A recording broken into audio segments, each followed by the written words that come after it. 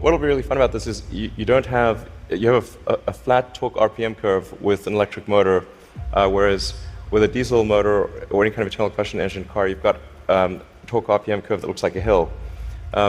So this will be a very spry truck. You could drive this around like a sports car. There's no gears. It's like single speed. So there's a great movie to be made here somewhere. I don't know what it is, and I don't know that it ends well, but it's a great movie. It's quite bizarre test driving when I was driving the test prototype for this truck. It's really weird because you're driving around and you're so nimble, and you're in this giant truck. Wait, you've already driven a prototype? I drove it around the parking lot. I was like, this is crazy. Wow. This is not vaporware. This is like driving this giant truck and sort of making these mad maneuvers. This is cool. Okay, from a really badass picture to a kind of less badass picture. This is just a cute house from Desperate Housewives or something. What on earth is going on here? Well, this illustrates the picture of the future that I think is how things will evolve. You've got an electric car in the driveway. If you look in between the electric car and the house, there are actually 3 power walls stacked up against the side of the house, and then that house roof is a solar roof. So that's an actual solar glass roof. Okay, so that's a picture of a real. Admittedly, it's a real fake house. That's a real fake house. So these roof tiles, some of them have in them basically solar power, the ability to. Yeah, so the solar glass tiles where you can adjust the texture and the color at a very fine-grained level, and then there's sort of micro louvers in the glass, such that when you're looking at the roof from street level or close to street level, all the tiles look the same whether there is a solar panel behind it or a solar cell behind it or not. So you have an even color from the ground level. If you were to look at it from a helicopter, you would be actually able to look through and see that some of the glass tiles have a solar cell behind them and some do not. Right. You put them in the ones that are likely to see a lot of sun. Yes. And that makes these roofs super affordable, right? They're not that much more expensive than just tiling the roof. Yeah. We're very confident that the cost of the roof plus the cost of electricity, that a solar glass roof will be less than the cost of a roof plus the cost of electricity. So in other words, this will be economically a no-brainer. We think it will look great, and it will last. I mean, we thought about like having the warranty be infinity, but then people thought, well, that might sound like we were just talking rubbish. But actually, this is toughened glass. Like well after the house has collapsed, and there's nothing there, the roof will the glass tiles will still be there. Okay, so I think you're rolling. This is cool. So you're rolling this out in a couple weeks' time, I think, with four different roofing types. Yeah, we're starting off with two initially, and then the second 2 will be introduced early next year. And what's the scale of ambition here? How many houses do you believe could end up having this type of roofing? I mean, I think eventually almost all houses will have a solar roof. Now the thing is to consider the time scale here to be probably on the order of 40 or 50 years. So on average, a roof is replaced every 20 to 25 years. So, but you don't start replacing all roofs immediately.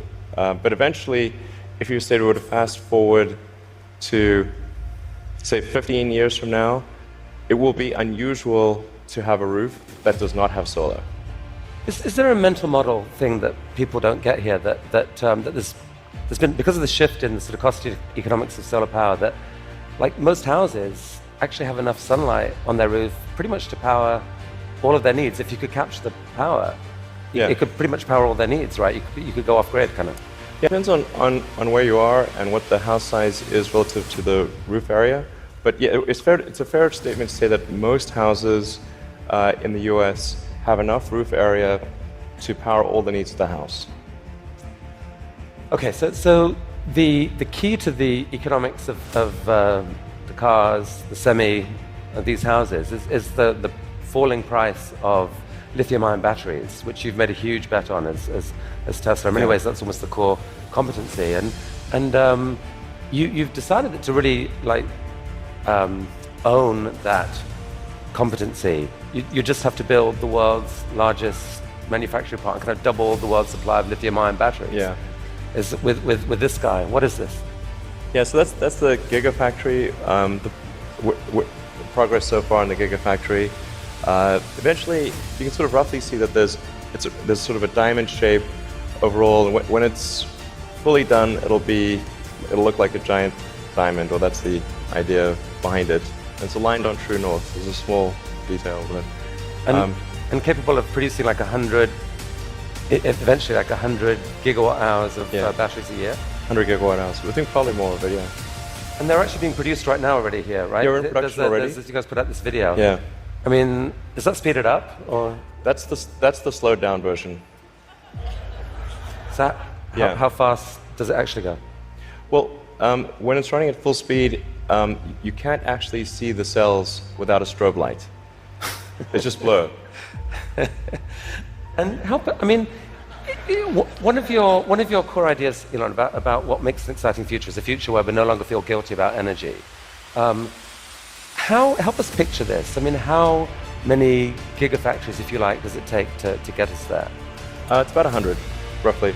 It's not 10, it's not 1,000, most likely 100.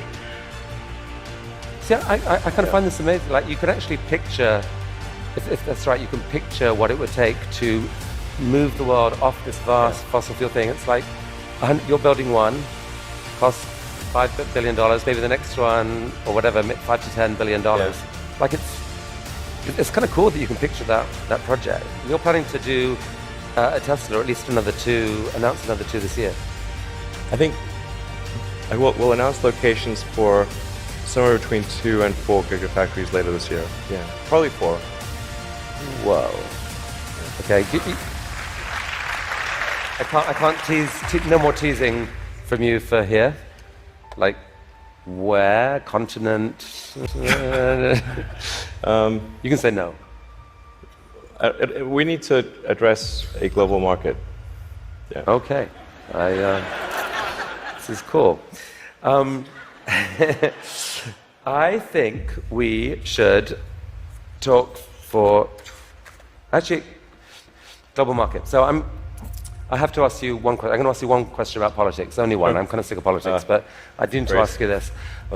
You're on a body now giving advice to a guy who has said he doesn't really believe in climate change, and there's a lot of people out there who kind of think you shouldn't be doing that. They'd like you to walk away from that. What would you say to them? Well, I think that there's. First of all, I'm just on 2 advisory councils where the format consists of going around the room and asking people's opinion on things. And so there's like a meeting every month or 2. That's the sum total of my contribution. But I think to the degree that there are people in the room who are arguing in favor of doing something about climate change, or other certain social issues. I've used the meetings I've had thus far to argue in favor of immigration and in favor of climate change. And if I hadn't done that, that wasn't on the agenda before. So maybe nothing like the words were said. Okay. So let's talk SpaceX and Mars. Last time you were here, you spoke about this, what seemed like a kind of incredibly ambitious dream to develop rockets that were actually reusable. And you've only gone and done it. Yeah. I mean, talk us through this. What are we looking at here? What are we looking at here? Yeah, so this is one of our rocket boosters coming back from very high and fast in space. So just delivered the upper stage at high velocity. I think this may have been sort of a Mach 7 or so